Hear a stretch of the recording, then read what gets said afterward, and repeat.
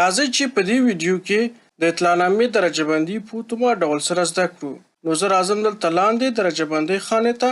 دلته تاسو وګورئ چې زه دا فیصدي تغییر کړم نو درجه یې هم ورسره تغییریږي. نو که تاسو دا زده کول غواړئ نو دا ویډیو تر پایه پورې وګورئ. راځم دا پاکوم. اوس به زه تاسو ته وښیم چې دا څنګه اتومات ډول سره درجه بندي کیږي. د دې کار دپاره به زه لومړی مساوي او بیا به اف اس فنکشن وکاروم. دا بټن مې وهله، پرانتیز شروع شو. نو اوس موږ به دې ته کوم لاجیک ټیسټ چې دی هغه به ورته کیدو، یعنې شرایط به ورته کیدو.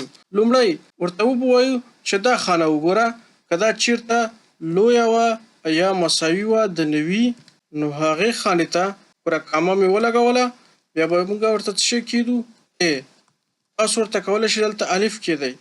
بیا کامه که چیرته بي 11 خانه یعنې د فیصدۍ خانه لویتره وه یا برابره وه د 80 نو کامه بیا به څه ورته لیکئ؟ ډبل کوټیشن کې بي یعنې با. صحیح شو؟ نو بیا کامه که چیرته بي 11 لویتره وه یا برابره وه د څه؟ د 80 نو بیا به څه ورته لیکئ؟ کامه ډبل کوټیشن سی. همدا ډول که چیرته بي 11 خانه لویه وه یا برابره وه 80 څخه، نو بیا به کامه ورته ولیکئ او دلته به څه ورته ولیکئ؟ ډي. همدا ډول که چیرته د فیصدۍ خانه کوچنۍ وه د 80 څخه، یعنې 9.50 وه یا هر څو چې وه، نو بیا به ورته کامه څه ولیکئ؟ اف یعنې فیل یا ناکام. صحیح شو؟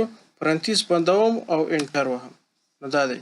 تاسو اوس دلته وګورئ چې زه 90 کم نو ا شو، که 80 کم بي شوه، که 70 کم سی شوه. همدا ډول ډي.